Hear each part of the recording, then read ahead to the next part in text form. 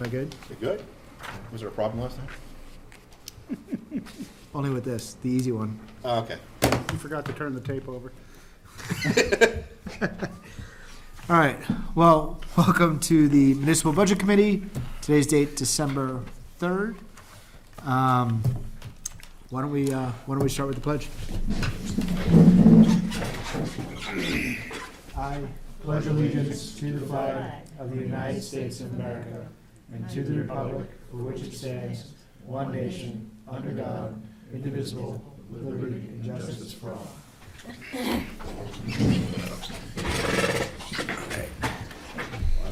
All right, so today we have Bill Von Hassel, John Dubianski, Zach Langlois, myself, Herman Pretorius, Joanne Bradbury, Phil Billito, Bonnie Beaubien, Alden Dill, and then Andy Robertson. So we have some meeting minutes to review. We have November 26th, which is 2 weeks ago. We had a little bit of technical difficulties, which is why it's coming out now. And next week we should have the ones from, I guess, last week. I'll move November 26th as written. Second. Okay. Sorry, that's a correction. 1 week. This was last week. I guess the ones that I was looking for, John, were the 19th that still need to be approved, but we'll do that next week. So, okay. So that was moved by Zach Langlois. We'll give it to Alden. Okay. Moved by Alden Dill, seconded by Zach Langlois. Yes, sir. Okay. Questions, comments? Okay. All those in favor of approving the minutes, please raise your hand and say aye. Aye. 1, 2, 3, 4, 1, 2, 3, 4, 5, 6, 7 approves. All those opposed, and then abstain. One abstained by Mr. Dubianski. I assume that's I wasn't absence here. related? Yeah. And I haven't listened or watched, so. Yeah. Okay. So, all right, I guess right into updates on town budget. Sure, one of the things I can give you, and we also have Nick here this evening, there was a question about the Parks and Rec revolving fund. And this is essentially sort of almost like a profit and loss, what is in the revolving fund, and what the expenses coming out of it are and have been. Thank you. As I said, Nick is here too, if people, I know his budget is on the agenda, but if you have questions about it. Yeah, so that, just to kind of recap, that was approved to table, or we had a motion to table that for discussion this week.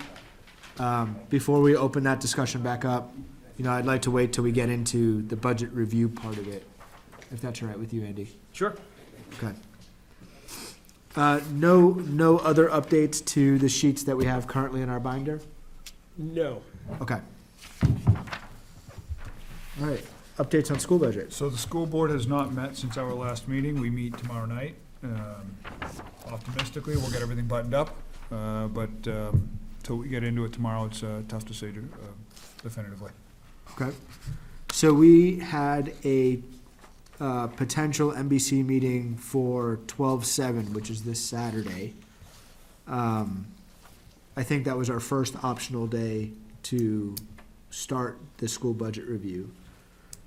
I don't think that we'll be ready, so I think next Tuesday we should pass on this Saturday's meeting and meet next Tuesday And hopefully for our everything's, first review of the budget review. assuming everything's ready. And I can update you once we're done tomorrow night and let Okay. you know definitively Okay. how it all went. Okay, I think next week's gonna be a rollover day in any case. I don't see everybody that was supposed to be here tonight, probably due to weather. So, I think we should use the 10th next week as a rollover, you know, kind of a catch-up for those that we didn't get to review.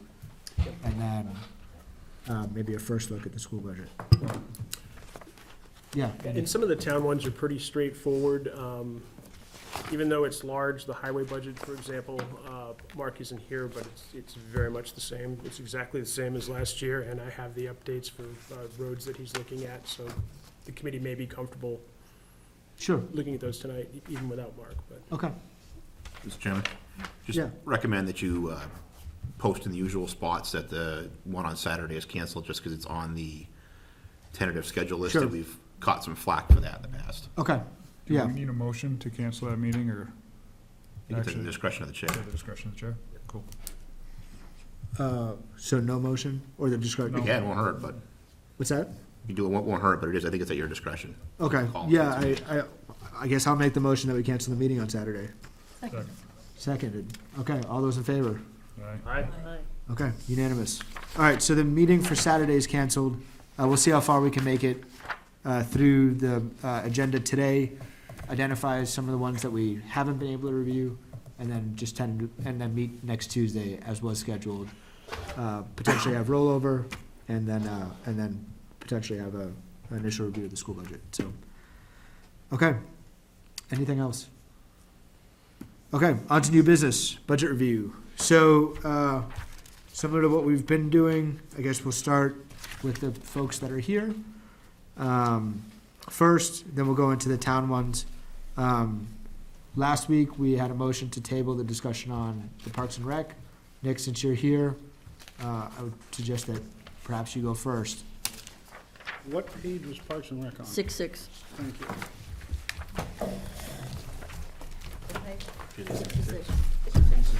Just give us a minute just to get to.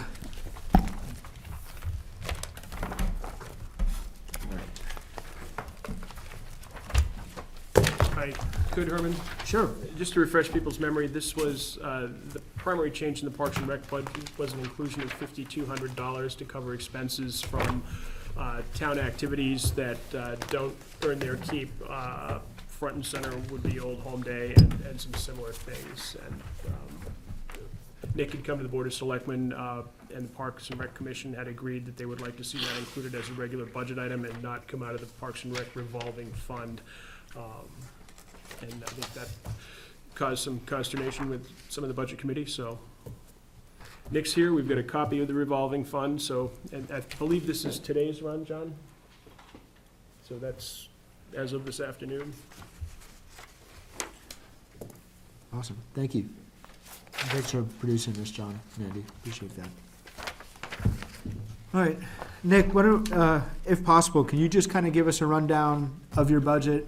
You know, kind of just a 10,000-foot level, Sure. and then I'm sure that there will be questions that will kind of carry over from last week. Sure. So the budget itself is really my salary. It's half of our assistant director's salary. And then there are a bunch of lines with about $1 in them, just for holding space up until this point. The proposal, as Andy said, was for an added $5,200 to support special events, Old Home Day, all the stuff that's open to the public in town, but is free and usually causes a loss that the revolving fund itself has to absorb, based on just a few of our programs that do consistently make more than what we spend on them. So that's basically what we're looking at here. As a department, in just the last couple of years, we've spent a lot of money to catch up on some overdue updates and improvements and stuff to facilities.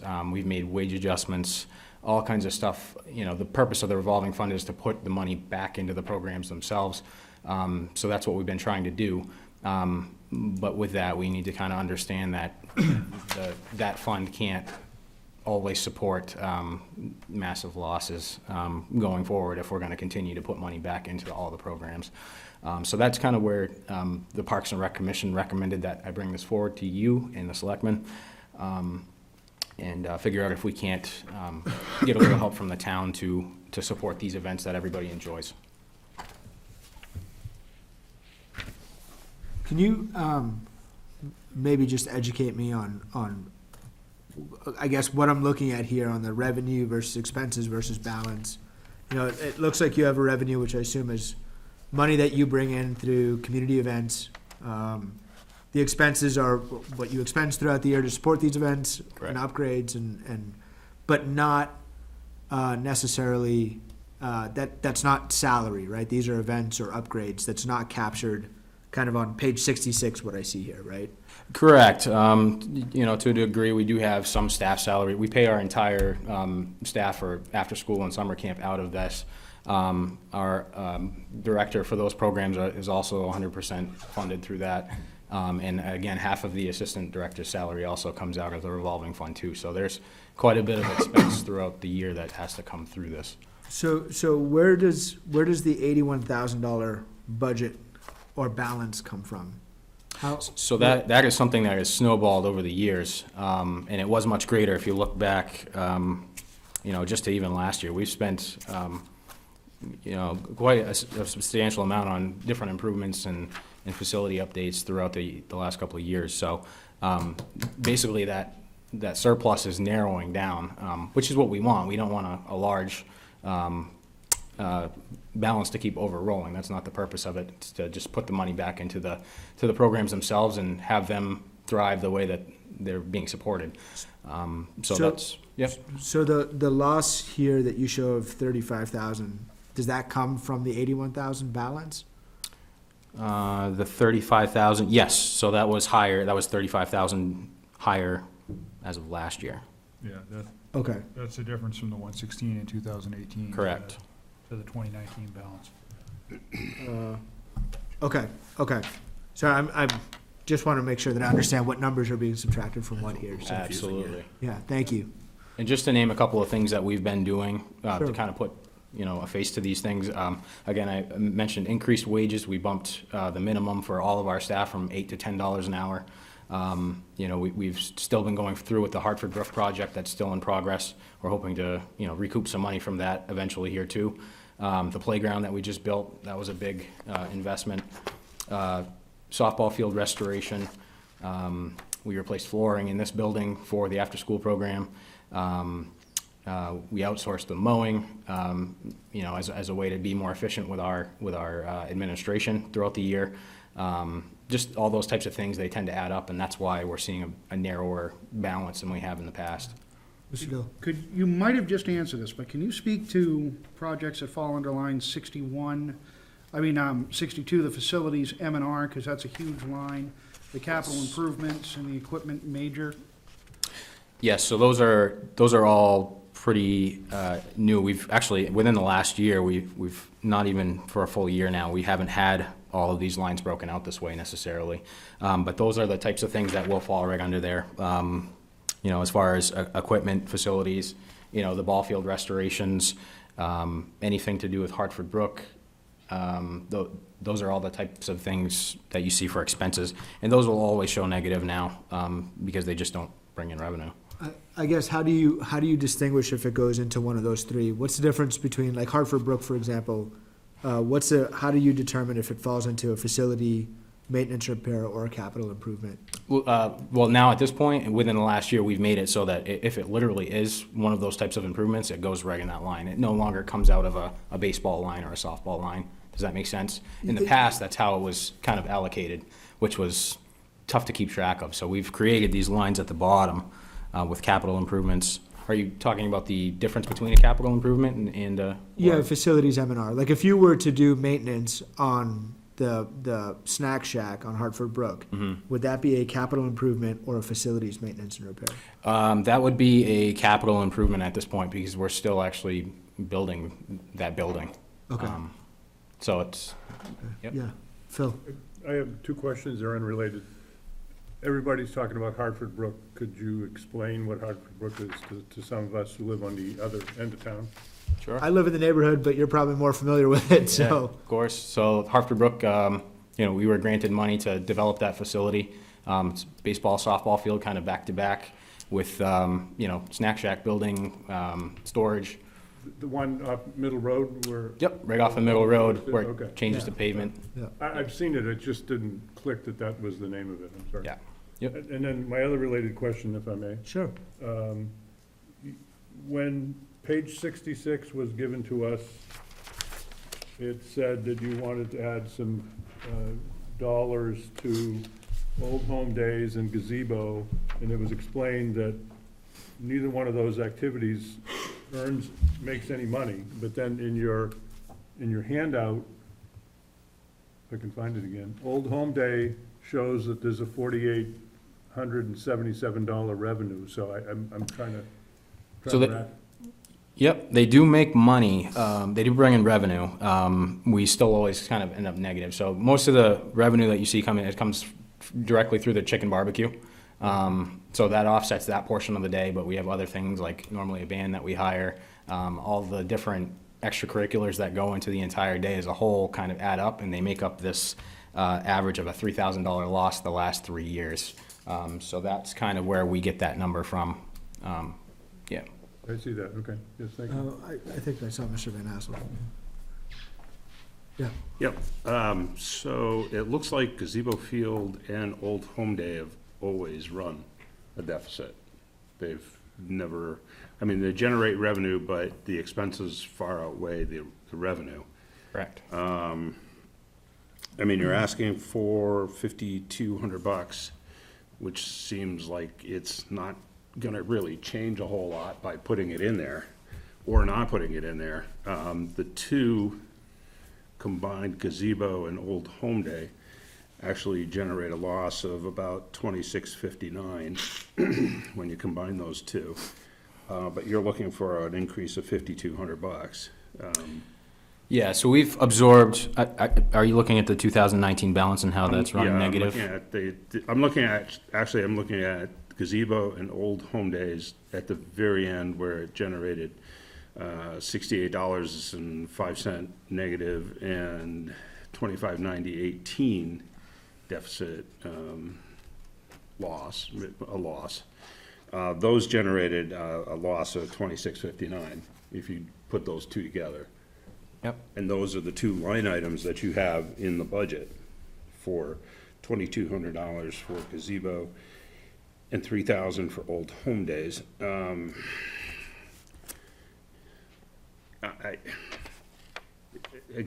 look at those and they've always been in a deficit position, and $5,200 doesn't seem like it's really gonna change that a whole lot.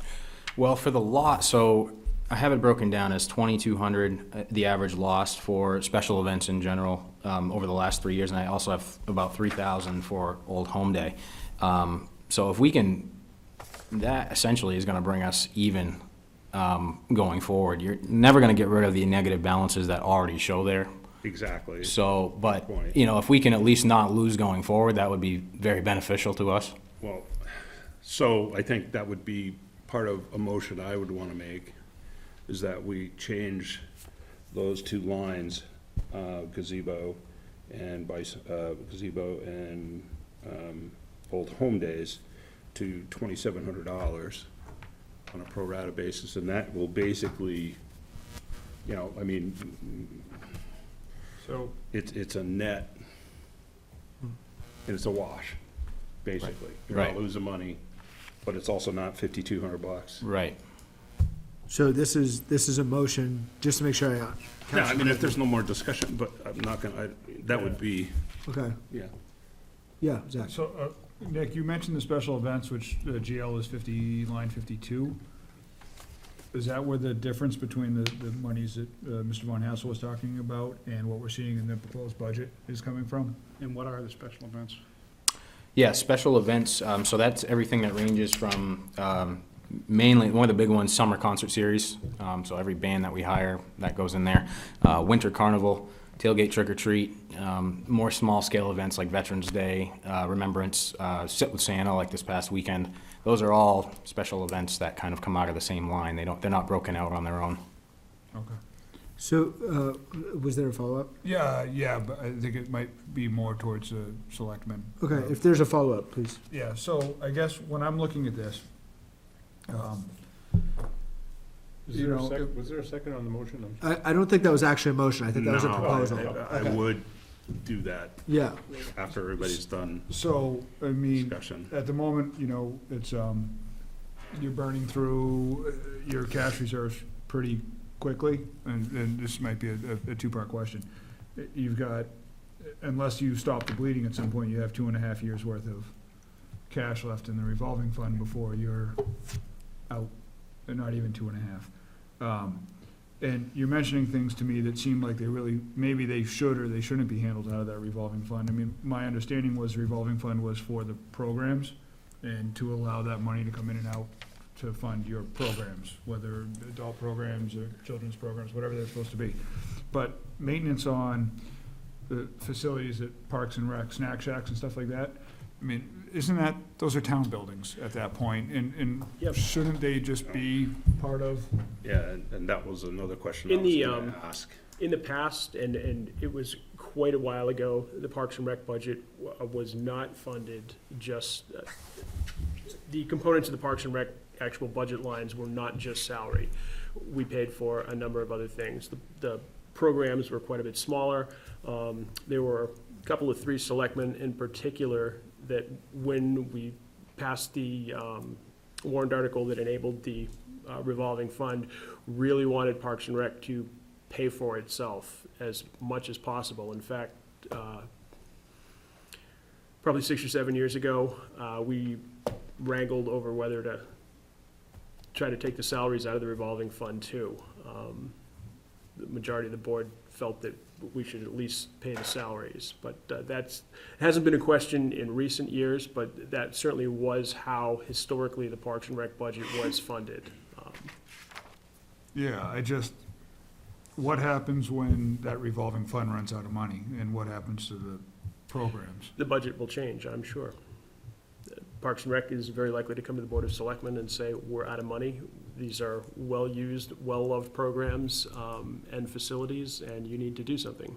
So, I'm sorry if I can No, please finish the thought. at what point do we start pulling that maintenance of snack shacks and maintenance of fields and all that stuff into the umbrella of just the town's? Well, I don't know Facilities. exactly. Typically, the Board of Selectmen relies on the recommendation of the Parks and Rec Commission, which is a sitting commission. And this year, the first year, the Parks and Rec Commission, via Nick, came back to us and said, hey, could you help us out a little bit? The $5,200 would make a difference in the budget. This is where we're at. We thought it sounded reasonable. We didn't push them to take more out of the revolving fund and put it in the budget. If they were comfortable looking for $5,200 and had the backing of the commission, we accepted that recommendation. Just want to ask one. You wanna go? Go ahead. So, I mean, if the intent is that these programs are to be cash positive or they're supposed to generate revenue, it would appear as though that the majority of those are generating positive income for the Parks and Rec. Where it seems to fall apart is with Old Home Days and some of these other and special events. And I'm wondering if those shouldn't be going under the umbrella of, let's say, the Heritage Society, or perhaps parceled out to other town committees or town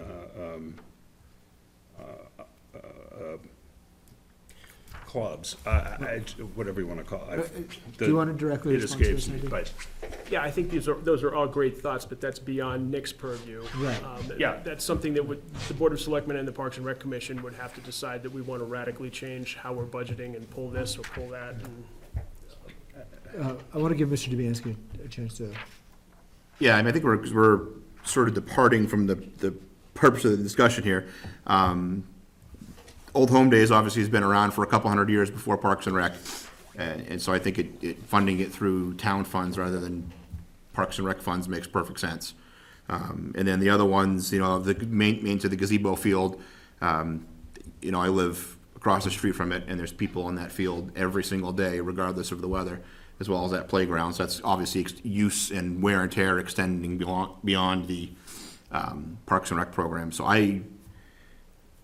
I'm gonna make a motion for the $5,200 to be put into that line for the Old Home Days and special activities. Which line, the one on this page? In the town budget. Yeah. That's leaving it intact then, because it's already I'm there. sorry, was there an update that I missed There's last an update week? you missed, sorry. Oh, yeah. Yeah, it's there. That's Okay. the current one, John. Never mind then. I'll hold my statement, but retract my motion. Okay. you can work off mine. Sorry, Phil, let me just quickly ask a question here. It seems like there's a couple of line items here, particularly like the after-school program, that have been producing revenue hand over fist for quite some time, right? In regards to, adding more money, or it just seems like rebalancing some of the numbers that you have even on the sheet would be able to net positive some of the, gazebo field or old home day, right? I mean, you're 50K positive in 2019, roughly, right, for after-school programs. It seems like you could just take 8K from there and make it positive on the old home day, right? You could, and that's traditionally how it's been done. I mean, most of these programs rely on these cash cows, if you will, of the Parks and Rec department. However, that's been brought into question, how ethical that is to rely on the 125 or 150 families that you spend quite a bit on those programs throughout the year too, when the entire town uses or benefits from special events, Old Home Day and such. So that's really why it's been brought into question.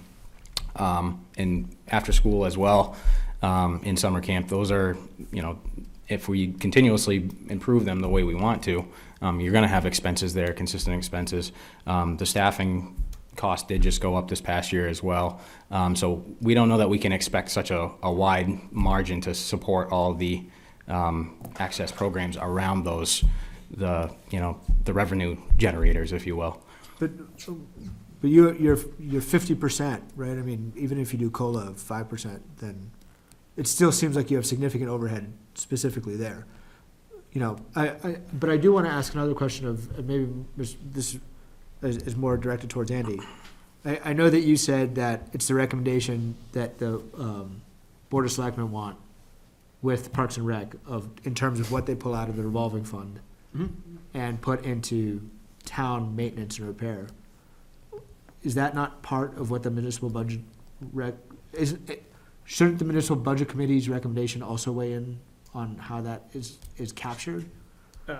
I guess you certainly can, but the definitive power to actually move money among these items is going to come down to the Board of Selectmen. Sure, I'm not trying to overstep here by any means. I'm just trying to understand that, if we have some of these things that, and I agree with Mr. Langlois, they don't seem like they're appropriate to fit inside of a revolving fund, right? They, I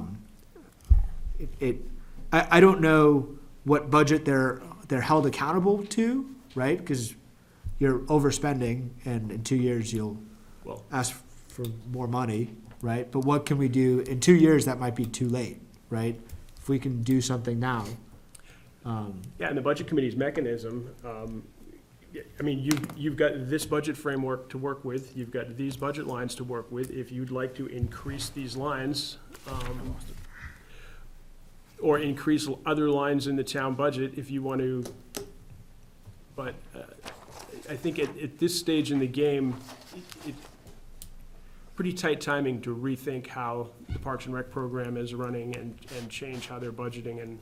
But you certainly can. I mean, you've got existing lines throughout the budget. So just for my education, at what stage of the game would that have been better timing?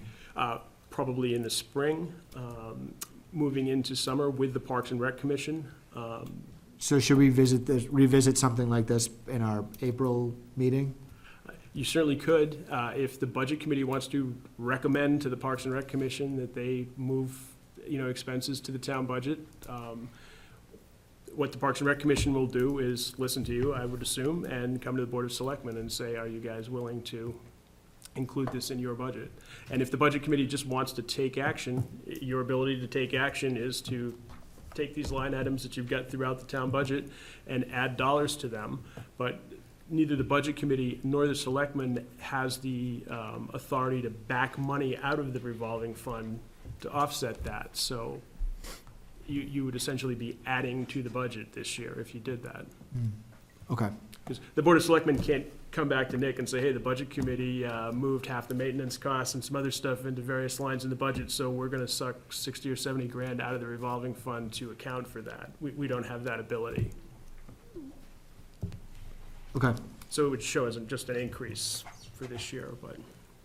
Well, I mean, it doesn't seem as though it seems as though this has been a trend has this overspending been a trend for the last few years? No, just in the last couple of years, we've done a number of improvements, like the ones I listed off, and they've added up quite a bit. But the goal is to have self-sustainable programming going forward. So Sure. it's not that we're looking for anything outside of that. It's that these two particular lines can't support themselves. They haven't traditionally for years and years.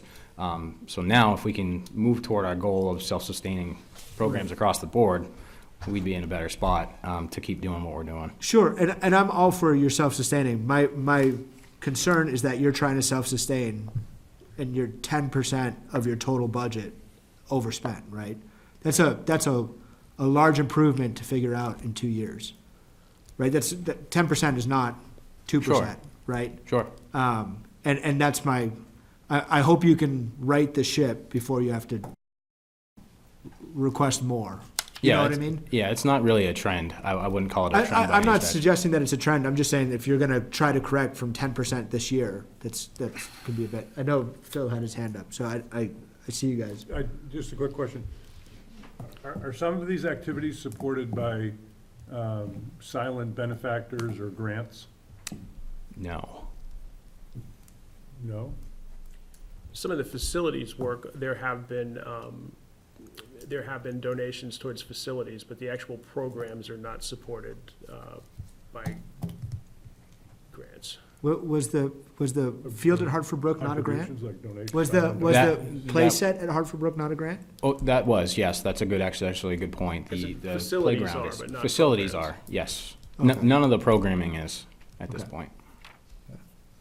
John? Yeah, I think, somebody threw out this number of the, well, first off, I mean, the revolving fund isn't really in our purview at all, but, of 2.5 years, but it's not accurate, because what you gotta remember is this is a revolving fund. So these guys take in money for programs. Sure. Then they assess what they have for money, and they do expenditures. So if in 2020, the PIC Commission's not seeing funds come in, or they're not anticipating a fund balance, they're not gonna do these capital improvement projects. This fund will continue to work in perpetuity as long as nothing really weird happens.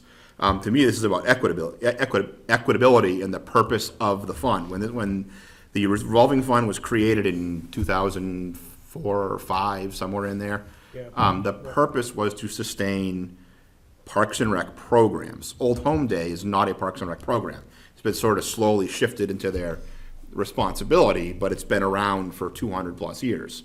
You know, the gazebo field is kind of the same way. And so to me, this money, this $5,000 is not about saving this revolving fund. The revolving fund is going to keep being managed. They've done fine for 15 years.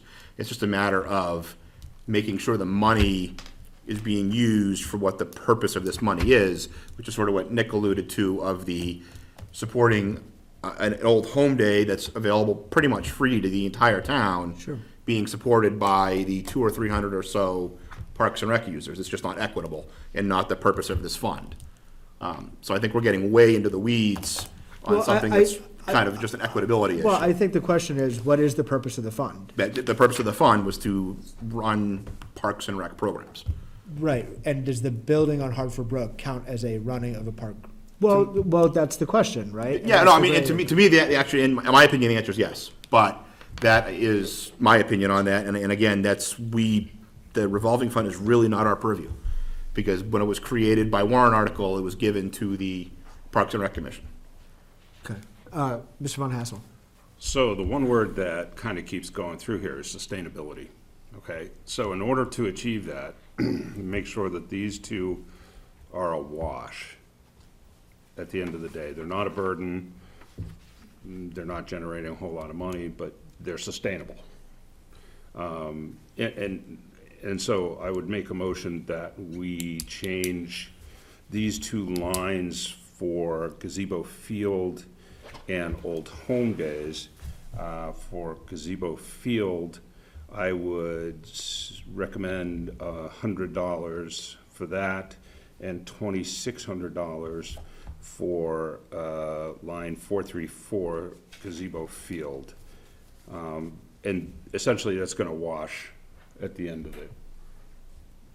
Wait, sorry, can you? You said gazebo field twice. Yeah. I said gazebo field, sorry, Old Home Day is what I was talking about. 2,600 for Old Home Day and 100 for gazebo field. So if I can add, the, I'll second that to move it forward so we can Yeah. discuss it. okay. Okay, so that's, just to make sure that I capture this correctly, that's a motion to take line 570. Can I just bring some clarity here? I understand what you're looking at, Bill, but when Nick came up with the gazebo field increase, he also included the special events, which use that field as well. So you have to look at the loss in special events at 2406, plus the actual line that's called the gazebo field at 6805. That's where that number comes up in the budget. Both of those lines utilize that field, but we obviously don't have a line called special events in the budget, so it's all Okay, but it's- included in the gazebo Well, field. where is that on the budget? Hold on, can I just make sure that I capture the motion correctly, and then we can go to the budget, because I just want to make sure that I'm correct here. So, you have a motion to make line 570, Old Home Days, on page 66, from 3,001 to $2,600. 2,600. And then a motion, and then part of that motion is to take line 434, Four. Swanson Gazebo Field, from 2201 down to $100.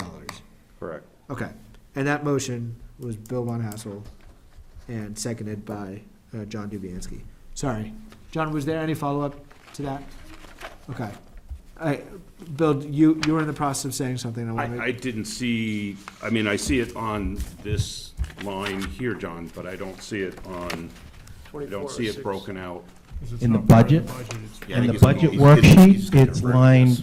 Oh, 452001 434. It's called Swanson Gazebo Field. okay. That's where the special events are held. That's where Oh, any okay. activities for Gazebo Field are held. Yeah. That $2,200 proposed by Nick is an average of the That. last 5 Yeah. years. Swanson Field It's line. not exactly what is on the revolving fund budget. That's where that extra $2,000 is coming from. All right, Mr. Robertson. Yeah, I just want to reiterate what John said, and that's what I had my hand up for initially. This is an average, looking back 5 years of the costs associated with this. Some time and thought went into this. These were not random numbers, just picked off the most recent budget sheet. And I would urge people to either, if you're dead set against the $5,200, well, that's your purview. But I would urge people to consider the $5,200 that was requested. There was some serious thought and preparation that went into coming up with those numbers. If I might. Yeah. I'm sure that a lot of thought went into this. These weren't just spin the wheel and pick a number. But I also look at the majority of the items that create the loss. And you've got FICA, MEDI, retirement, capital improvements, equipment, M&R. These are all, these are all not special event. These aren't special events. These aren't programs. This is overhead. And no amount of money going into these other lines is going to change these expenses. I mean,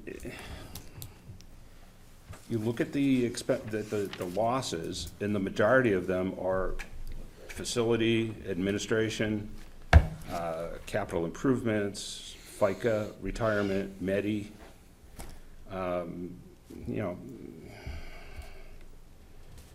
All I'm attempting to do at this point is to create a wash on these two lines. Now I guess there's a third line,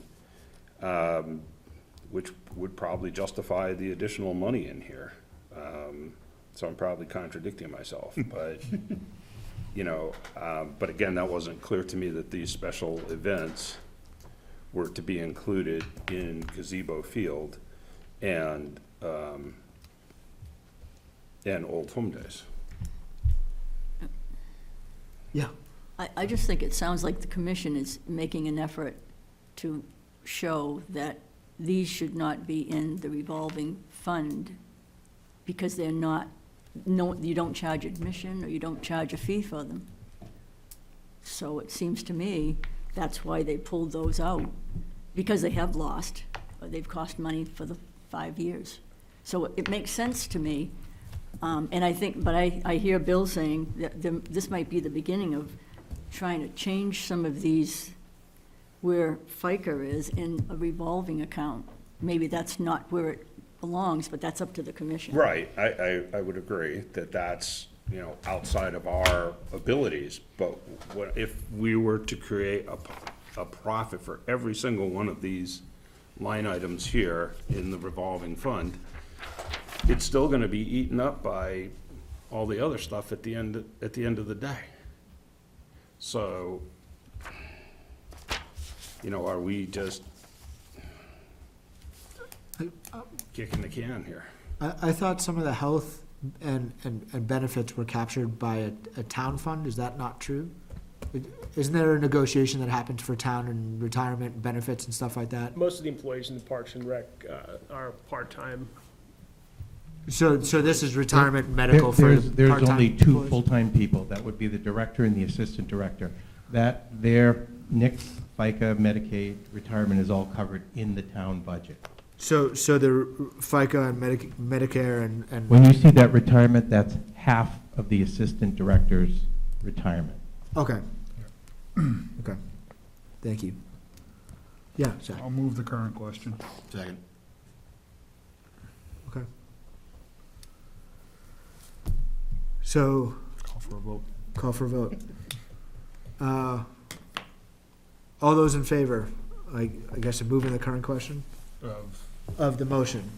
All right, so all those in favor of the motion by Mr. Von Hassel of changing line 570 from 3001 to 2600 and line 434 from 2201 down to 100, please raise your hand and signify by saying aye. Aye. One, Mr. Von Hassel. And all those opposed, raise your hand and signify by saying nay. Aye. Aye. 1, 2, 3, 4, 5, 6, 7. All right, Mr. Langlois. I'm tempted, Nick, to actually populate a little bit of money out of here and into the budget, but I don't know that I have enough information to do it.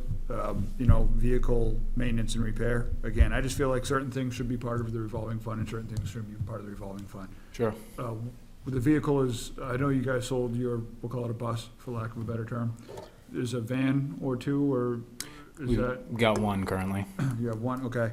And so, you're showing $745, basically, for expenses for maintenance on that van. Is that a pretty consistent number? You know, to be honest, I'd have to go back and look and see what that entails. It's usually just, you know, oil changes and stuff like that. It's a relatively new vehicle, so. Okay, and then the other question I have for you is like, so we have a line for Bicentennial Field, currently has $1 in it. Do you know what the maintenance on Bicentennial costs on average annually?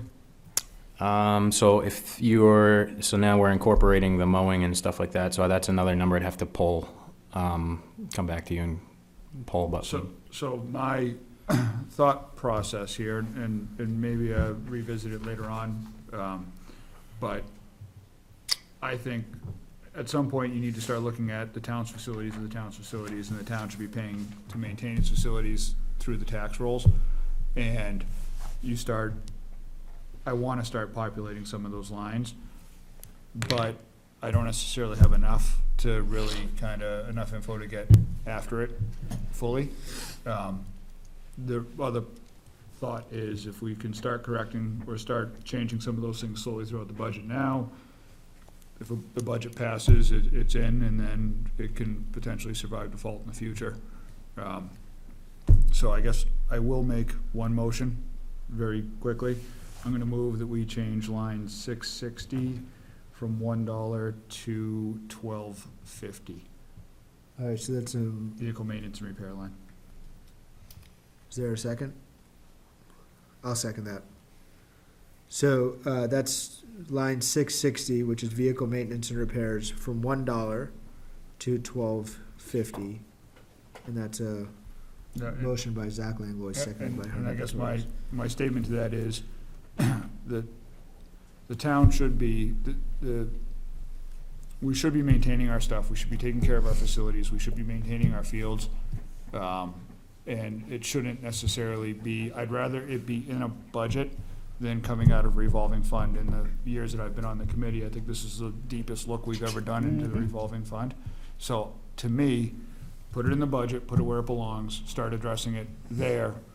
And then if a van needs to be purchased, you look at, you know, doing that through the budget, not through the revolving funds. I just think it's a cleaner and a more appropriate way to do it, and it's a step in the right direction. Yes, Just to Bradbury. confirm, that's $1,250? Yes. Yes. Thank you. And Yeah. Where did that number come from? Well, they spent $743 before. in 2019. Mhm. Set of tires is gonna run them $800, so eventually that van, a season or two out of a set of tires is probably appropriate, plus regular maintenance and everything else.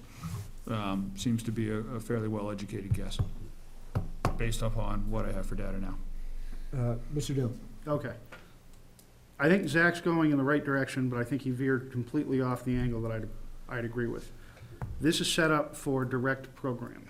Bicentennial Field in the van they use is direct program, in my opinion. I think there's things that should come out of here, and you're right, we've never actually seen this. I've never seen it. So, seeing the revolving fund's a big deal, but my concern is not the van and Bicentennial, it's what we're sucking out of rec to fix this building. After we looked at general government buildings and we looked at the George B. White, and the taxpayers aren't paying for that directly, that one, to me, seems like a bigger one that should be on the tax rolls and not vehicle maintenance. And these, vehicle maintenance and Bicentennial, I can see are direct program-based. I mean, we're running programs at that field and using the van to get back and forth. But using this building, I think we're taking advantage of the revolving fund that way. I think the struggle is the mechanism. To Mr. Robertson, do you want to address that? Yeah, the only thing I wanted to address was, although some of these accounts have changed, this information has been shared with the Budget Committee every year since we've had the Parks and Rec revolving fund. May not have stood out in your memory, and we have honed in.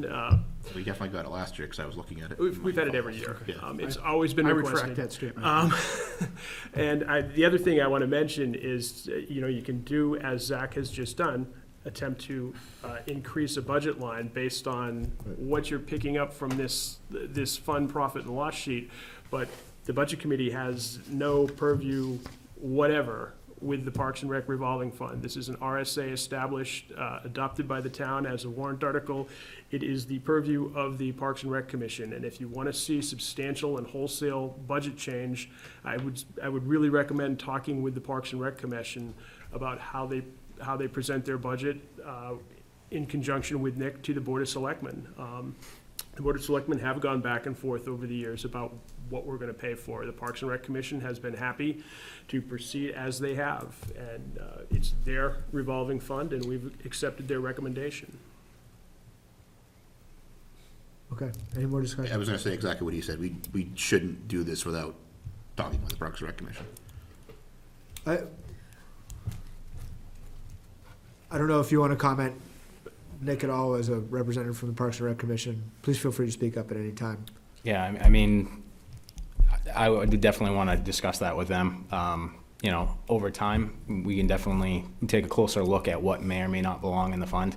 We've definitely had those discussions already, but I don't think that's anything that we would move forward with tonight, so. Mr. Van Hassel. But correct me if I'm wrong, the Parks and Rec has already pretty much started that by adding these two lines from $1 for each one to $5,200. Which is a request that came from the Parks and Rec Commission. Right. So But it's like Andy said, that we could put this money in there and they have no obligation to spend it. I mean, we can't tell them how to spend this money. And so we really shouldn't be, it needs to be a conversation with the Parks and Rec Commission before we do anything. Otherwise, we're adding I a think line this to is the the budget. conversation that we're trying to have, though. But they're not here. He's not the Park and Rec Commission. He's the director. He's a town employee. And we're adding money to a budget. We're already in default. So before we start throwing money in or more money into the bottom line of this budget, we probably ought to make sure we're heading in a direction that it's gonna be useful. Because every dollar we add increases the chance that we're gonna be back in default. Okay. Any more discussion? So the motion is to increase line 660 from $1 to $1,250, which will offset the vehicle maintenance and repair cost from the revolving fund and bring it onto the budget sheet. All those in favor, raise your hand and signify by saying aye. Aye. So, 3, all those opposed, raise your hand and signify by saying nay. Nay. 1, 2, 3, 4, 5, 6, 3 to 6. Okay, so the budget on 660 remains the same at $1.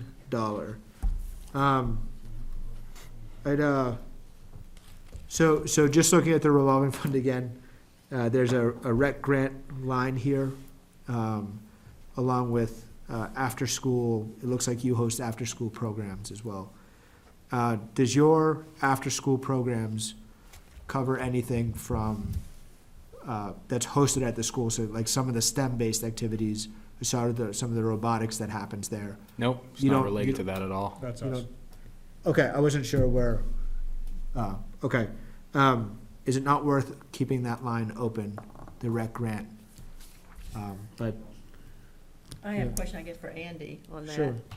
If the reason that you put a 0 there this year instead of the 1, because you have no expectation of anyone trying to go for that grant, any of those types of grants? I do not know why we have a 0 there this year. then I'll make a motion to, Actually, yeah, then I'll make a motion to raise that line item 812 from $0 and put $1 in that budget. yeah, I would agree with that. Is that a Second. second? All right, that's a second by Mr. Langlois. It's a motion by HP, and a second by Mr. Langlois. John, were you gonna say something? I was going to What time do you make agree with that. I don't know why, but Seven thirty? it should be at least $1 to keep the light on. Okay. I guess all those in favor, raise your hand and say, signify by Aye. saying aye. Aye. Aye. Okay, that's unanimous. That right there is why we're here. Okay. So, That's why we're here. It was a good catch, because Yeah, I'm that's sure why it was we're a technical oversight. There was no reason to leave it out. okay, so, Should the same test be applied to supplies? the same should be, yeah, should we keep supplies alive? No. I'll move $1 into the supplies line. I'll second. Just makes it consistent. So you might as well keep on gasoline. Okay, all those in favor? Aye. Okay, unanimous. No repairs to the van. And no repairs to the van, that's right. Or the fire trucks. All right, so we have a motion, I think, the motion may be OBE, because we increased it by $2, so do we have to have another motion? For I 78, can't have the wrong 173. So moved. Is Second. that? Okay. So, motion for, so that was a motion by, I guess, myself for a Parks and Rec budget of $78,173. Seconded by Ms. Bradbury. All those in favor? Aye. Aye. That was an aye from you? Yes. Okay, Mr. Von Hassel? Okay. Unanimous. 1, 2, 3, 4, 5, 6, 7, 8. 8-0. Okay. Thank you, Nick. Appreciate it. Thank you for your time. Thanks for coming in.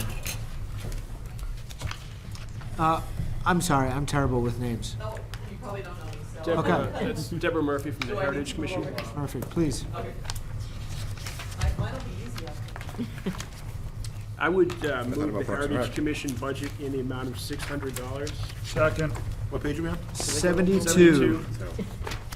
Really could have I taken would that. defer to Deborah Murphy of the Heritage Commission for any concerns.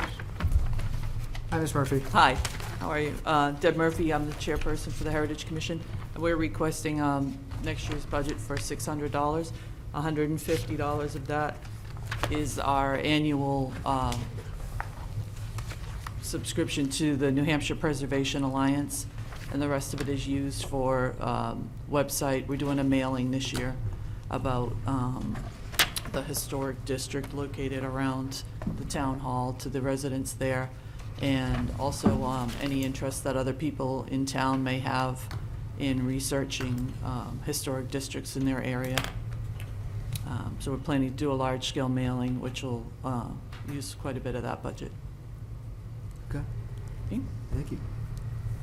All right, all those in favor, or any discussions, questions? All those in favor of the Heritage Commission budget of $600, please raise your hand and signify by saying aye. Aye. All right, Thank you for unanimous. coming in. Thank you. Thank you, Ms. Murphy. Good to see you, Deb. Chief Fisher, how are you, sir? Probably not. Yeah. All right, so this is page 35, starting with fire rescue. Page, yeah. Gonna take me a Sorry, who was the, for the last one, who was the motion and second? Was it I Andy? made the motion, And then Zach? More than likely. Sure. and I would move the fire and rescue budget in the amount of $305,069. And defer to Fire Chief Fisher for basic explanations and questions, unless you feel they should be directed to me. and then I was just gonna make a motion right out of the gate. All right, so page 35, okay. So I guess, So, sorry, Chief Fisher, that was a motion by you, Mr. Robertson? Yes, And then somebody seconded that. I don't recall. seconded by Mr. Langways. Langways. Okay, sorry to interrupt. no, not a problem. So just to hit on a few things, when the fire rescue departments were merged, basically the fire department budget and the rescue squad budget were put together in existing lines, which you may see don't really blend with how I'm proposing the budget.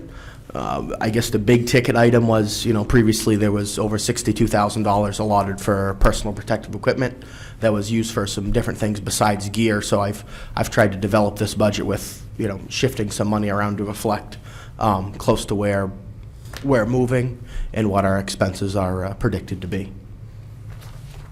The biggest increase to the budget is I'm looking for another part-time position, which would be another 30-hour-a-week part-time firefighter EMT, which would budgetarily allow me to have 2 Monday to Friday. Besides that, if you were to remove that position, the budget's basically level funded. All right. John, do you still have? One point of clarification, the figure that Andy gave you is actually the combination of fire and rescue and the soon-to-be-discussed water holes and forest fires. Those I give you departments the are total. combined. So if you want to amend your amount to the total at the bottom of page 35, that will be just the fire and rescue. So, okay, is that the 298 or 305 number, John? The 298,106. Okay. Okay,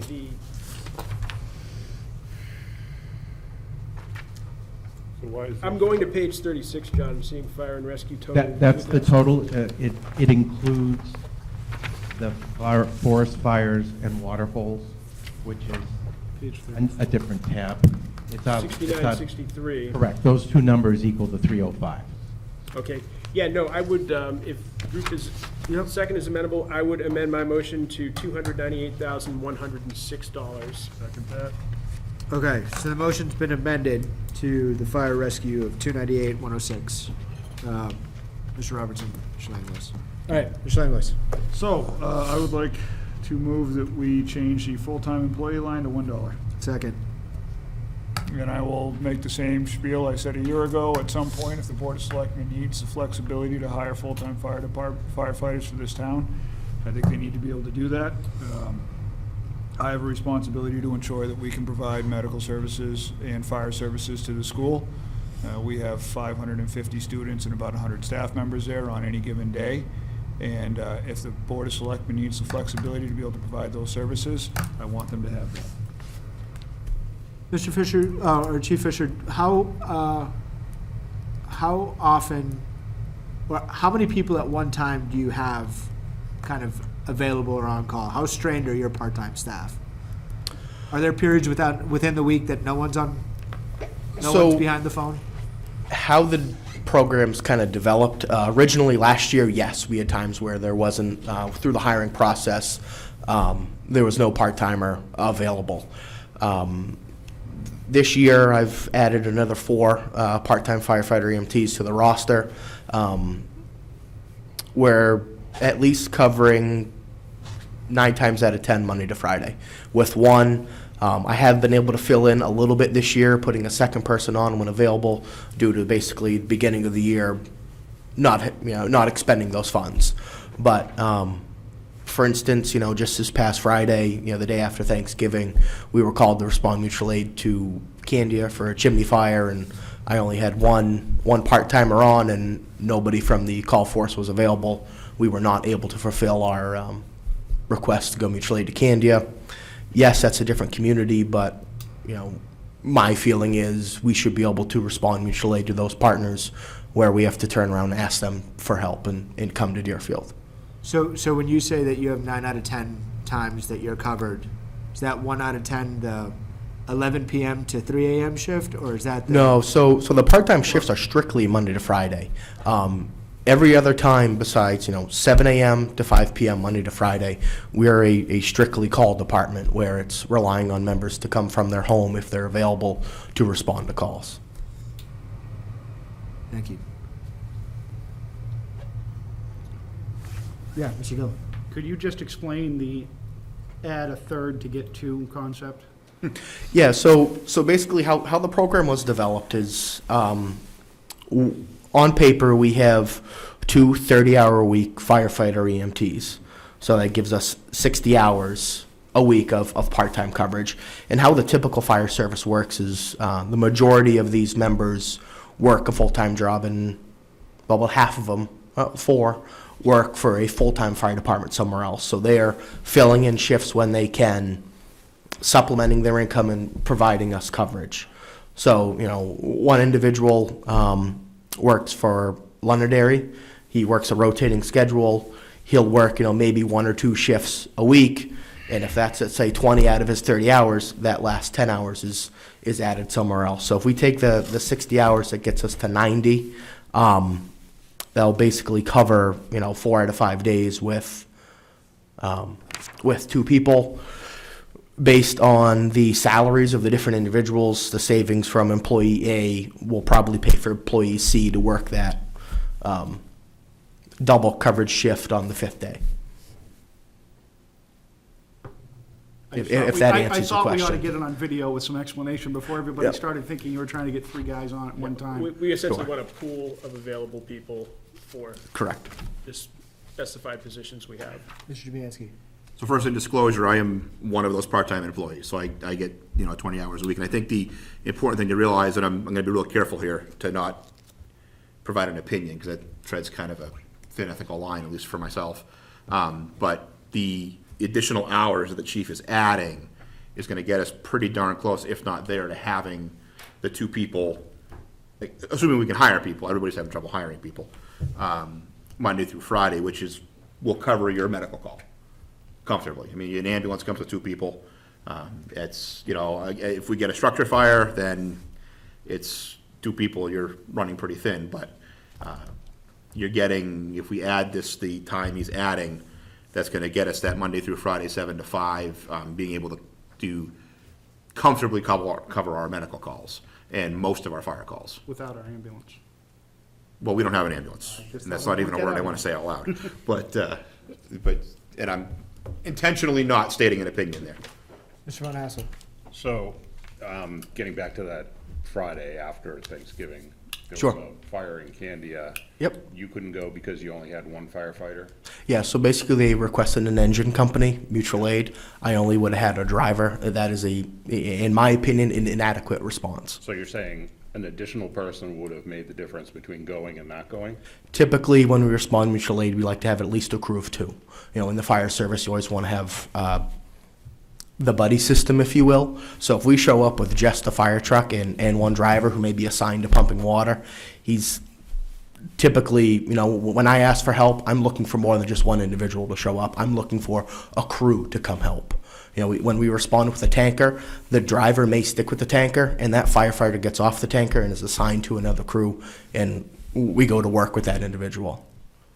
And the fact that only 1 person was willing to go to the fire doesn't really inspire confidence. Well, that was the 1 assigned member working that day, so that was the part-time firefighter EMT. Nobody else showed up. Correct. People have jobs. I mean, that's the Absolutely. So the That's my other, point. so in this situation, I will state an opinion.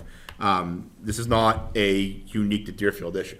I mean, it's the biggest discussion in the rural fire service right now is you can't get volunteers. So that you can't, you're going down a direction that's not, I mean, people have to work, nobody was home. It's I'm just not the going reality. down any direction. I'm just trying to understand that we had people in town that weren't available. We may not have And anybody, I was in one Manchester. person more would have made the difference Yeah, going to Candia. but I was bothered by the willing to go statement, I think. I think it's an able to go. I think Yeah, I mean, Of all the people in the fire department, they were unable to go. it was a Friday, people were working, people were shopping. I mean, I'm pretty sure if somebody was available, they would have gone. I got a question. Yeah. How often does that happen each year, that we are unable to respond to a mutual aid request? That's obviously very recent, so it sticks in my mind. I don't recall another instance this year or in the past. So, Mr. Fisher, or Chief Fisher, I assume that it's probably fairly difficult, given that I understand that you have a part-time firefighter right now who's also a firefighter at a different firehouse. Those schedules, I think, are, I don't know if flexible is the right word to use, but at least it's a firefighter, to my understanding, works a 24-hour shift. So if he works a 24-hour shift on Tuesday, sleeps in on Wednesday, and maybe pulls a late Wednesday to late Thursday shift, those are the kind of people that it seems as though you're hiring now. It seems that that's a very specific brand of people, where I think a lot of other people who might be willing or able work a more normal work schedule, the 9 to 5 people like myself. Do you think that what you're asking for is competitive in terms of being able to get the help that you're looking for in this town, given that you're really asking for someone to cover a normal workday schedule, right? So these shifts are strictly Monday to Friday, 7 to 5. We have put out several requests through multiple media outlets, if you will, through the town, looking for call members and volunteers to come in and join the department. Those folks are, supplementing the part-time staff when they're available. This part-time program started just so we could try to guarantee somebody would be around Monday to Friday when most of the community is out of town. Right. If you call 911, at least one person was showing up. If it was, a stub toe medical call, a cardiac arrest, or someone's building fire, we, in the community, we would at least get somebody there to assess the situation and get more help if needed. That being said, are we curtailing the schedule just for those members? No. We have 4 of our members who work full-time, 3 work 24-hour shifts, 1 works a 12-hour shift with rotating 3 on, 4 off, and, John works 12-hour shifts. It's just how the fire service typically works with staffing. If we're pulling in part-time staff or part-time staff, if you will, it's a mixture of getting coverage during the day. It seems like a challenge, I guess my point. It seems like a challenge that could be overcome by making sure that you pay those people, the correct amount, right? That's, I mean, if you look in the states, the fire service hiring right now, it's a very tight market period. I mean, it's, or everywhere for that matter. It's just hard to hire people. I mean, people who want to work are working, and they're happy where they are, because if they're not, there's lots of jobs available. So I don't, for me, it's exactly what the chief said. It's paying for my new truck sitting out there. It's 20 hours a week. It was enough so that it made sense for me, and I'm willing to give up my days off from my full-time job to do that. I don't think it's going to change if you went with full-time people, if you went with the benefits, again, because you look at other towns, Londonderry, Nashua, that are trying to hire firefighters, Laconia, and they're having trouble because the people out there have jobs. Ms. Bradbury. I have a question for Mr. Robertson. I notice it's blank on this is back up to the full-time employee budget, and it doesn't say zero there from you folks. Is there a reason for that? We don't have any plans to hire full-time people or propose the hiring of full-time people at this time. We're happy with the chief's recommendation, as he's been explaining to you, about the pool of part-time employees that he's able to use Monday, 7 through 5. I would just like But to I- point out, we're discussing a motion right now I was- on We're that. on Zach's motion to put Yeah. a dollar I think there. what you think Yeah, we're asking, yes. Andy, is that line in our budget is leads not to my- populated at all with anything. It's just got a line. So I think Right. that's sort of, there's not a zero there, it's just a line. And this leads to my second question on the motion for the $1 in the full-time spot. I'm looking back at the minutes of the September 17th meeting where Mr. Verville asserted that one of the big reasons that he felt the budget failed last year was because of the $1 placed in that line. I don't know if that's true or not, but. I disagree with Mr. Verville's Okay. assessment of why the Well, budget this would be a failed. good way, since you have no plans to hire one, and have no plans to hire one, we can test Mr. Verville's theory by putting a zero back in that line. So, We have a so, motion to add a dollar. so I did not Right. hear, though, you said it was the chief's recommendation to not hire a full-time employee. Well, Is that your recommendation, Chief? I have not asked the Board of Selectmen this budget cycle to go for full-time staffing. But that doesn't, it's not a recommendation, right? If I'm able to obtain the additional part-time staff and be able to guarantee or be able to staff, Monday to Friday with 2 personnel for the 2020 budget, I feel that would be sufficient. Okay. So, my one comment, I guess, in response to the reason why I put the dollar in that budget, I did it last year, I defended it at the deliberative session. If that line is a zero, and the chief is unable to hire any part-time help, and his only option would be to hire full-time help, so that the town has coverage and services, the hands are tied of the Board of Selectmen, and the hands are tied of the fire Totally get department. it. So, if you leave it as a zero, we're leaving the hands tied. If we put a dollar in and the budget passes, they're not gonna spend it, but they have the, but in the sense that they need to, they have the ability to, the flexibility if they need to. And if it goes to default, you're gonna get exactly what's already on the paper anyway, so you don't have anything to lose. Right, I don't know whether Mr. Verville is right on that point. He's always wrong.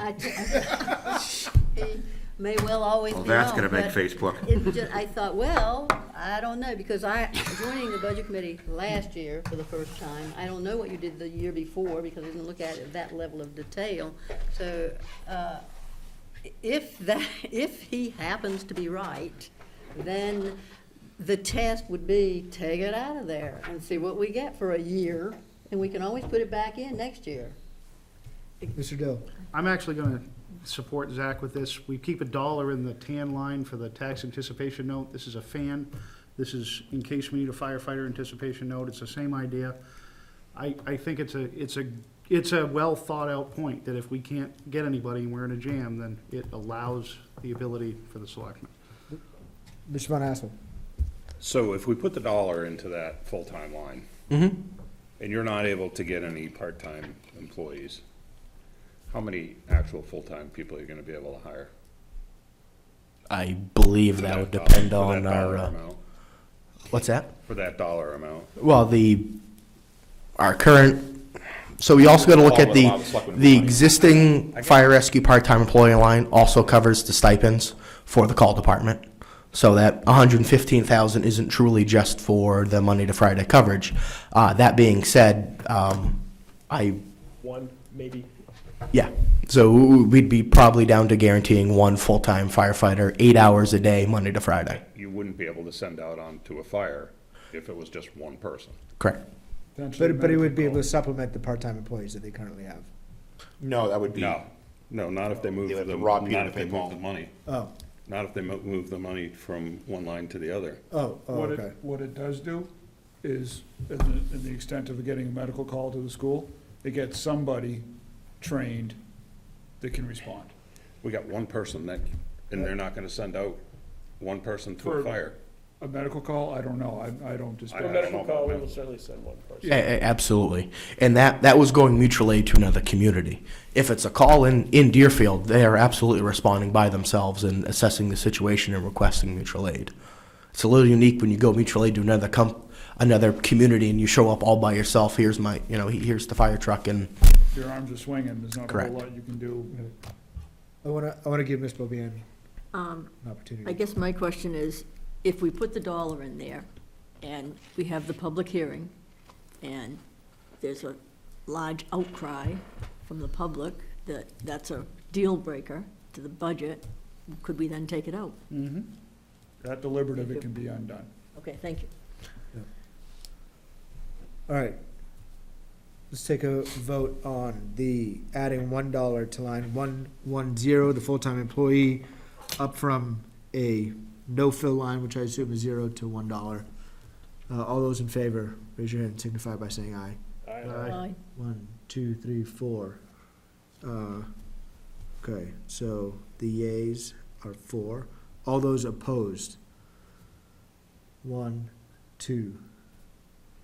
And all those that are abstaining?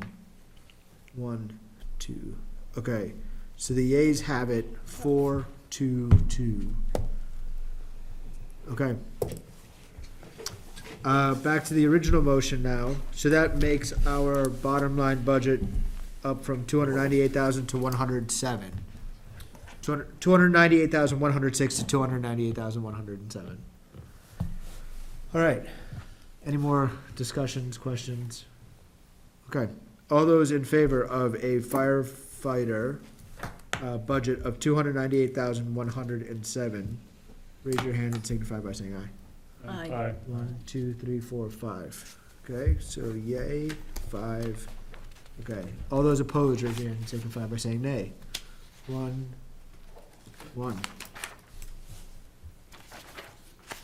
I'm abstaining. Oh, abstain. So I get Thank paid you. out of this budget. Sorry, and all those that are abstaining. 1. Okay, thank you. All right, on to water holes and forest fires, page 34. Yeah, I would move the water hole and forest fire budget line in the amount of $6,963. Second? Seconded by Mr. Langlois. Okay, Chief Fisher.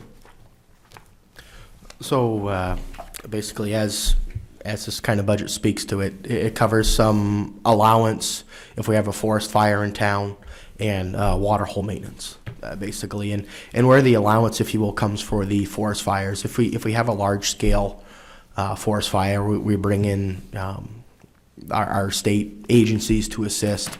The community is responsible for half, and the state's responsible for half. So that's how that basically works. What if it's on state parkland in town? Are we still responsible for the half? Great question. I just popped into my head. I don't know if we've hit it before. I believe we would be. Okay.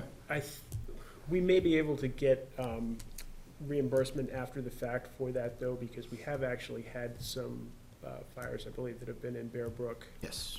Yeah, That was and quite some I'm time ago. Sure, that would get very messy between Deerfield, Allenstown, and all the other, Just trying to come up with where we Yeah. had big chunks of I forest. don't remember the specifics, but I believe we did get, it's not DRA, but the other, Well, the other thing that could have been NCR. for that particular fire was it was squarely in Deerfield. It was at the SCA camp, but there's also federal money involved in the SCA, so I don't know if that that may have been what we played got. into I that. know 'Cause we that got was, it was the camp past more the than our public half. campground. That was probably 20 years ago. Okay, all those in favor of a water hole budget of 6,963, please raise your hand and signify by saying aye. Aye. Aye. 1, 2, 3, 4. Okay, it's unanimous. Chief Fisher, thank you very much for your time. I don't certainly mean to overstep. I have been told there was some conversation at a previous meeting in regards to one of the budget line covers the NFPA 1582 physicals for some of our members. Might have been under health. This Yep. is the benchmarking for That's right. firefighters, yeah. Did- Those were the additional health screenings. Right, physicals that showed up under the health budget. That's right. Were there any questions you needed me to touch up on that while I'm here? I think we moved it, so I think we're, Also, Yeah. it's Terry, I think it was Terry that had the questions, unfortunately. Very good. Thank you, sir. Thank you.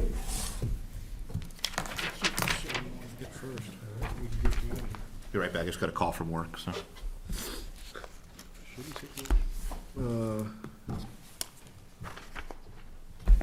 Okay.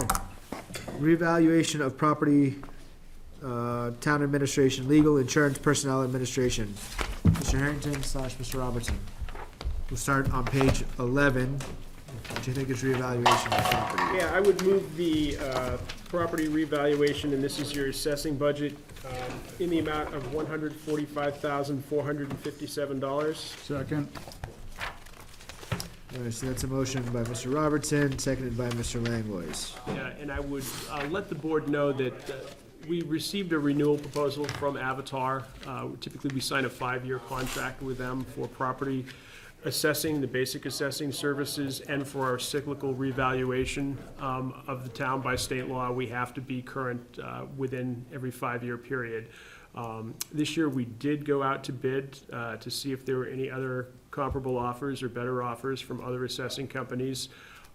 As I suspected, when we went out to bid, we didn't get much of a response. We did get one competitive offer from another company who told us that they weren't particularly competitive financially, and I think what sort of steered the board back towards Avatar, which this number represents the Avatar contract, is the fact that the competitor was going to use Avatar's software and the current GIS setup that we had too. So we basically felt that it was not in our interest to pay more money to get a third party using the software and assessing techniques that we already had the originator of the process providing.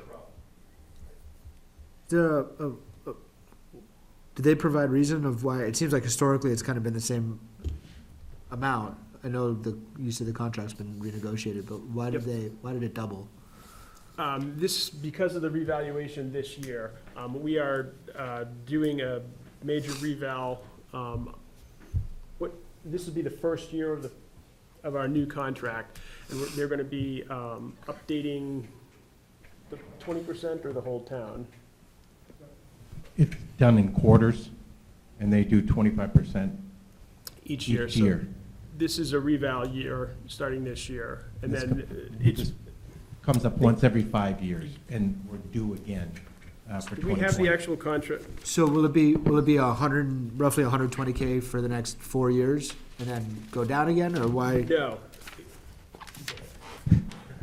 The revaluation contract is a little over $94,000. That's a one-time charge for 2020. That covers the entire revaluation each quarter going forward. The 5-year assessing services contract will show up year to year, and that typically, you'll see in your backup. I don't think we've got a contract in here, John. The assessing contract is about 27,000 a year. And that's for 5 years.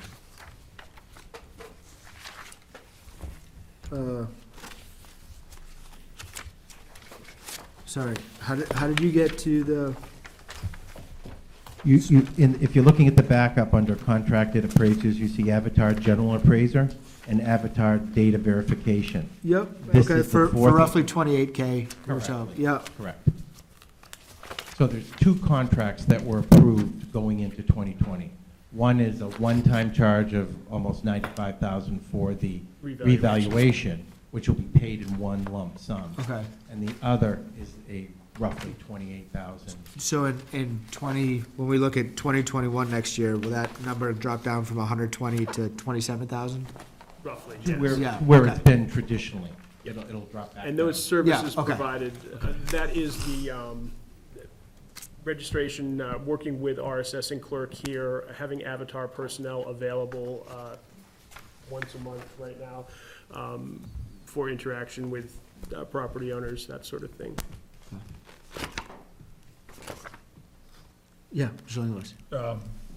So although the thought of assessing and having them wandering around my property makes my skin crawl, I'm fine with that. My question for you, Andy, and I feel like you hit on this every year, there's 25K in there for PSNH and electric co-op defense.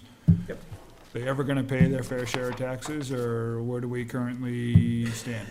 We are currently in negotiation following, we're basically continuing to fight them rather than pay what they want us to pay them back. Can you give us an idea? So a 25,000, just diminishing returns, is it 25,000 to try to recover? I suspect the number's much larger, but. No, they're looking for rather hefty hundreds of thousands of dollars back from us for what they feel they've been overtaxed. And we have been, we're part of a coalition. It's a two-tiered, we're represented individually as Deerfield, and we're part of a coalition of similar small towns fighting Eversource's valuation proposal. It has not come to fruition. I can't go into a lot of detail about it. It's a legal fight. Okay.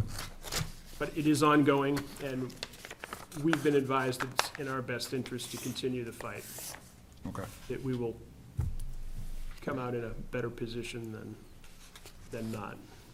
And certainly better than what we've been spending on legal. Okay.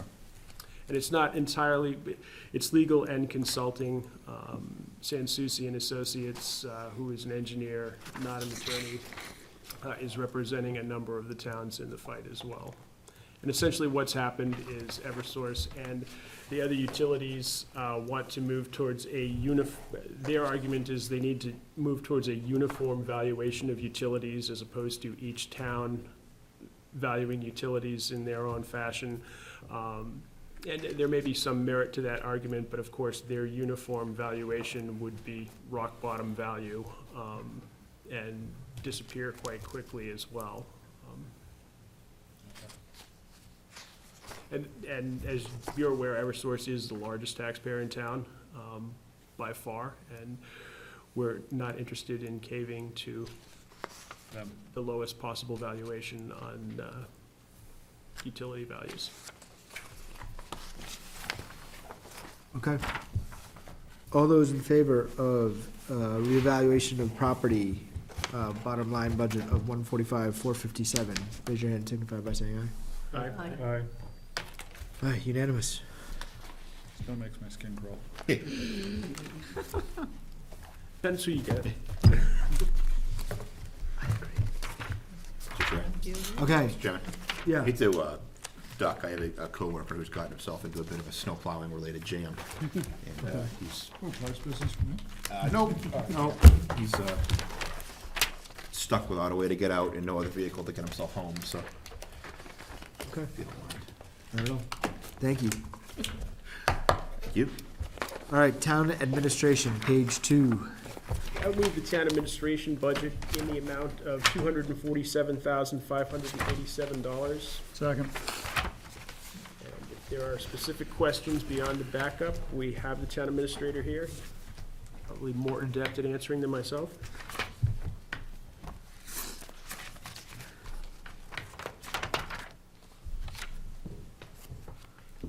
All right, all those in favor of a town administration budget of $247,587, raise your hand, signify by saying aye.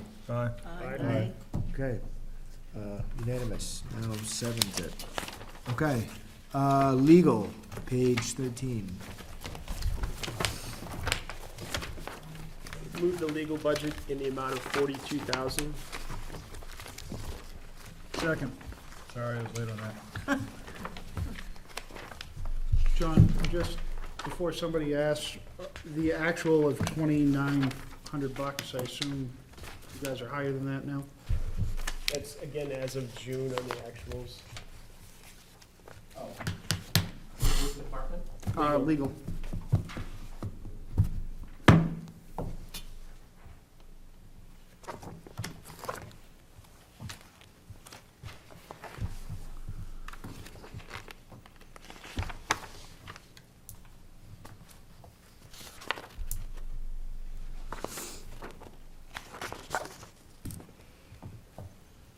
Year-to-date on legal is actually $7,531.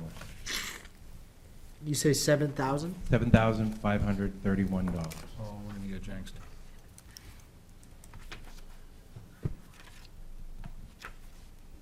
Okay. This is essentially a best guess estimate. We carry a substantial amount. Some years we've been over, some years we've spent very little. It depends what we stumble into or who stumbles into us. Just one person has stopped stumbling so vigorously. All right, all those in favor of a legal, bottom line budget of $42,000, raise your hand and signify by saying aye. Aye. Okay, unanimous, 7-0. Okay, sorry, did I now lose my agenda here? Insurance, page 26. Yeah, I would move the insurance budget, I'll move the total number at $430,590. Second.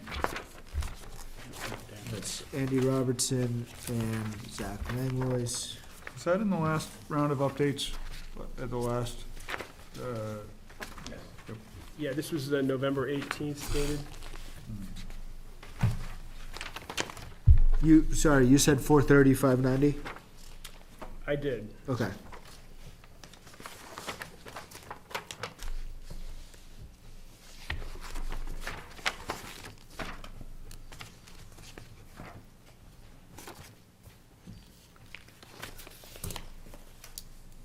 Okay. All those in favor of an insurance budget of 430, yep, Sorry. Mr. Dill. Just a quick question, Andy, just on the deductibles. They went up to quite a bit, to 20,000. Is that for healthcare, so we can get a That's- lower plan cost? Yeah, basically, we carry a high deductible plan and reimburse employees for expense back to a certain specific amount, and we keep that line funded, so we're able to do that. And I don't know if you have more on that, John, why Right, the current town policy is that the employee is responsible for the first $500 of any deductible for any insurance policy that we carry. Currently, the deductible for this current insurance policy is $3,000. So for each covered employee, the town is liable for $2,500 expenditure should the employee meet that $500 deductible and require more care. And last year, it was substantially higher. It's been underfunded at $5,000 for a number of years, but with the number of people covered currently and the deductible going from $1,000 2 years ago to $3,000, we thought it was prudent to make sure we have enough money to cover that. And that's 100% coverage from 500 to 3. After 500, you guys cover 100%. After 3,000. 500, the deductible is still $3,000, but the town continues to pay Right. until that $3,000 deductible Right. is met 100% by the town, and then the insurance. And that's the same number for individuals as it is for family members? That's correct. And we're saving, I'm guessing, quite a bit on the insurance plan. by Right, we going- could have, it's hard to find $1,000 deductible today in health insurance. 3,000 is kind of the standard, and go up to 5,000. Right. Are our employees HSA, under that plan, do they have HSA? Some of them do eligibility? participate. Yeah, okay. Yeah, and we have always made out very well Yeah, in terms of savings on premium by doing this. sure. Yeah, We've been doing it for probably 8 years now, 8 or 9 years. yeah. Awesome. All right, all those in favor of an insurance bottom line budget of $430,590, raise your hand and signify by saying aye. Aye. 7-0. Yeah, we're going. Excellent. All right, personnel administration, 15? I would move the personnel administration budget in the amount of $95,100. Second. And this is essentially FICA and Medi, and we keep a small amount in here for performance pay in the event that we wanted to recognize somebody.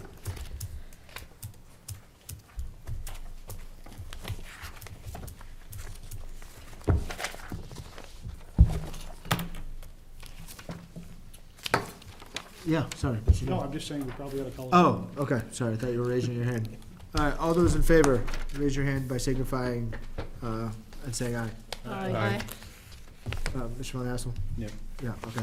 I was waiting for a question about FICA. I'm like, well, it's a fairly, fairly rote process. All right, done. Should we do library? Should we hit highway? I would, Are you leaving early? I would is there a particular reason why the library, did she give you any I information? heard nothing from them. I don't know if they were even open today. They may not have They been. were, and okay. Just slipped her mind that she was scheduled to do this. I You may don't want to have talk any- with the library. They're a hybrid among town departments, have a little more authority Okay, and have some independence free and clear of the Budget Committee and the Board of Selectmen in terms of their money. okay, maybe we can It's ask your them to come call, in next week. VC Park? Page 67? Yeah, you're not likely to see Travis. He came in last year. Yeah. We had to push it, I think, I recall. Yeah, I'd move the VZ Park budget in the amount of $35,968. Second. I would note, I think the big change here is that they want to hire another swim instructor, or another lifeguard that's swim instructor certified. Hire another, okay, and why the part-time employee? Are they looking for another part-time employee as well? Yes, that would be the swim instructor certified lifeguard.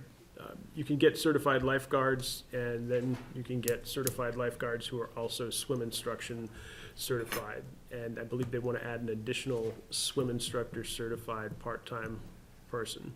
So they'd be getting paid out of both line 111 and 121? This one person? Is that what those two budget line items are supposed to capture? Could be, they would be paid as a lifeguard, and then there would be an additional amount for swim instructor, more than likely. Okay. I know last year there was questions on getting more people, what I assume to be kids, for part-time help over the summertime. Getting a swim instructor or somebody to give a week-long, this is how you're a lifeguard, so they can earn some money at BC Park.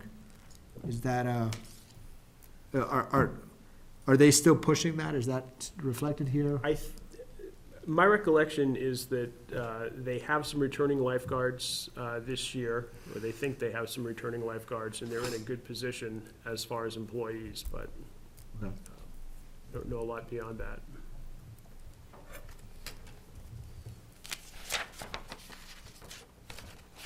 All right, all those in favor of VC Park bottom line budget of $35,968?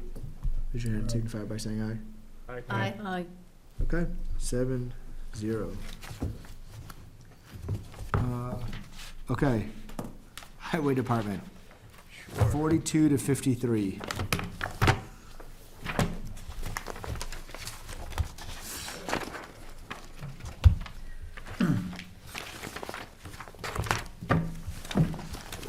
Get to the total.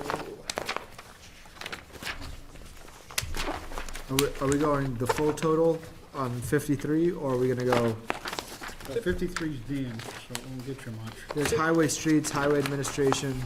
You're looking at 49? Well, while we're there, I'll move the dams total for $400. Second. It's page 53. 53. I was, One less thing to discuss. I just wanna, Get the Move the damn damn thing out of line. there. Okay. Yeah, now, $400. All right, so that's a motion by Zach Langlois, seconded by Alden Dill. Okay. All those in favor of the $400 dam budget? Aye. 7-0. Okay, should we just go to 52 then? Easiest damn vote of the night. Oh, wait, that's dam fees. 49 would be the highway budget total. So in an effort to stay in some kind of order here, I see bridges would be the next one up. Yep, if you're going in reverse. Well, we started in the back, so we might as well count down, right? Yeah, I would move the bridge repair line in the amount of $1. Second. All right, I'm gonna give that to Mr. Dill. What pages, bridges? 50. Looks like, yeah, 50. It's a really small page, you Yeah. might miss it. Not much on it. So that's Andy Robertson with the motion, Alden Dill with the second. All those in favor? Aye. 7-0. Okay, at this point, I would move the highway and streets budget of $551,548. Second. I would note that this is essentially a level-funded budget by the road agent. I would also note that the Board of Selectmen has discussed presenting a warrant article for road reconstruction and repair that is non-specific and generic in nature, more than likely in the vicinity of $200,000 that the highway agent could use to further road repair and reconstruction. I would also note that he has 3 primary paving projects included in this budget. One is the shim and overlay of Middle Road, essentially from the dirt intersection by Sanborn Farm to George Thompson's driveway or thereabouts. South Road, and this is from Middle Road up to Foisey's, although I don't believe the Foiseys live there anymore, so if you knew where Jan lived, this is where he's attempting to go. And lastly, he is going to resurface Church Street, sort of in conjunction with what they've done. Basically, the rough section by the town hall, churches in conjunction with the new piece that he was able to put in this fall at the intersection. And did that say to Cole Road? I was reading your notes. Is he gonna keep going up that really destroyed section to Cole Road? Hopefully, yes, Great. but those are his projects that he's proposed. And as I said, it's essentially a flat budget, which the road agent has submitted every year. Is the road agent is up for reelection this upcoming year? He is. And I know in the past, he's made the point that he's saved the town quite a bit of money by contributing his own equipment. He doesn't contribute it, we pay him for it, but he gives us a favorable rate Right. frequently. Are we,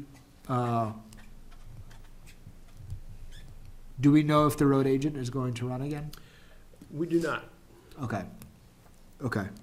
Okay. I have a question. Yeah. So are the selectmen putting a warrant article for the 200,000? Are you still considering it? I believe we are. We have not formally approved it yet. And Andy, you had mentioned maybe earlier in this budget review season that you guys were looking at kind of the utility of some of the roads, the usage of some of the roads. Is that reflected in this budget, like the priority in the highway budget, or is that in the Board of Selectmen? It is not. We haven't received our final report back, but Southern New Hampshire Planning has indeed done a road survey for us in conjunction with the highway agent. We are getting a report from them back, which basically quality of the road, quality of pavement, which roads we might want to prioritize. That includes traffic count studies, so we have a good understanding of which roads are receiving the most use. And I don't know what the time frame is. I would expect that we'll have that back probably sometime after the first of the year from them. Okay. And do you think that if that road list comes back and it's not the roads that you kind of had mentioned that he has proposed for, will the Board of Selectmen overrule to go to those high priority roads? That's where it gets sticky, because the highway agent actually, as an elected official, has his own authority. The only authority the Board of Selectmen have over him is we can withhold funds. So if If the report comes back and says these roads are fine and should absolutely be left alone and gives us 3 others, we would certainly sit down with the highway agent and hopefully cooler heads would prevail and we could all agree to work on Okay. what the recommendation was, but there's no guarantee, and Deerfield's gone for a while now without any highway agent, Board of Selectmen set twos, but you don't have to look much past Epsom to see how those sometimes work out. Okay. All right, so we were on, page 47, right? So there was a motion, sorry, I'm totally lost here. No, 551, 548, page 49. 49, okay. Yeah, that's how it's insurance. Excuse me. Bless you. Thank you. All right, so all those in favor of a highway and streets total of 551 and 548, please raise your hand and signify by saying aye. Aye. Okay, unanimous, 7-0. And that killed everything preceding it, I believe. Was that everything before? Did that cover 43 to 48? Yes. No, because you have the highway administration on 43, which is separate, correct? No? No, that should be included in the total. I apologize. Highway's done. I think highway is done.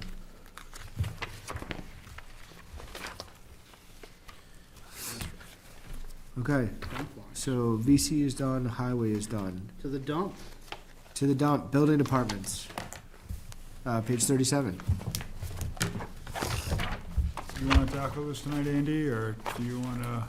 I don't know what the board's, it's up, and the primary reason it's up is because of difficulty we have getting rid of recycled materials and increase in costs for hauling trash. Basically, the bottom has fallen out of the recyclables market. Are we looking at getting another full-time employee, or what's the, No. there's a 32% increase on the, I guess we ought to move that line. I'll move the line in the amount of $64,858. Second. okay, so that's Alden Dill, Zach Langlois.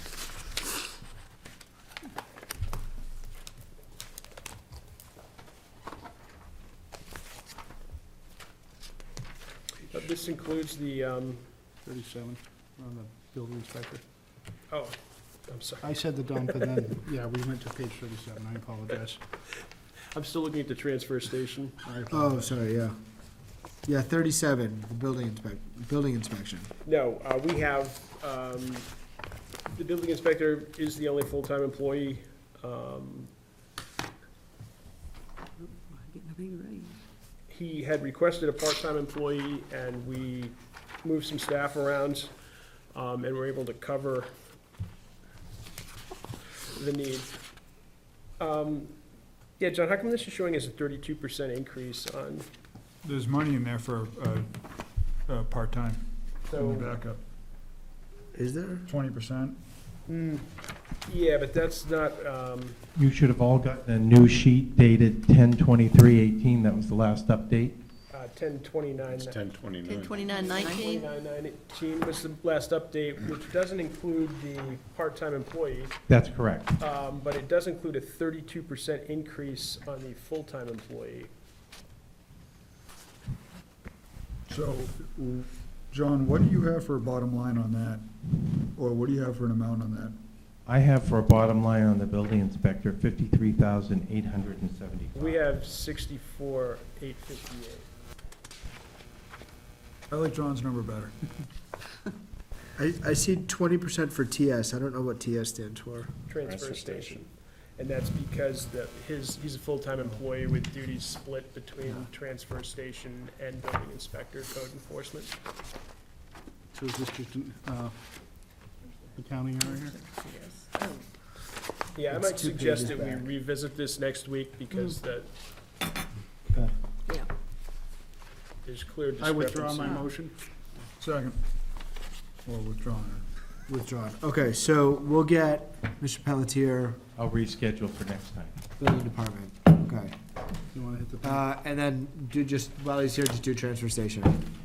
that makes more sense. Okay, so for next week, it looks like Mr. McCoy for VC Park, building department, We're done transfer with station. VC Park. No, we did No. VC. Oh, sorry. Library. Check mark. Library. I meant library. Yep. Either Candace or Mal. You will likely get Candace and the full board of library trustees. They typically travel as a pack. Exactly. Strength in numbers. All right, no citizens here currently, so, Move to adjourn. Happy anniversary. Second. Hey, thanks. all right, Post-ski. great. Pass because it was-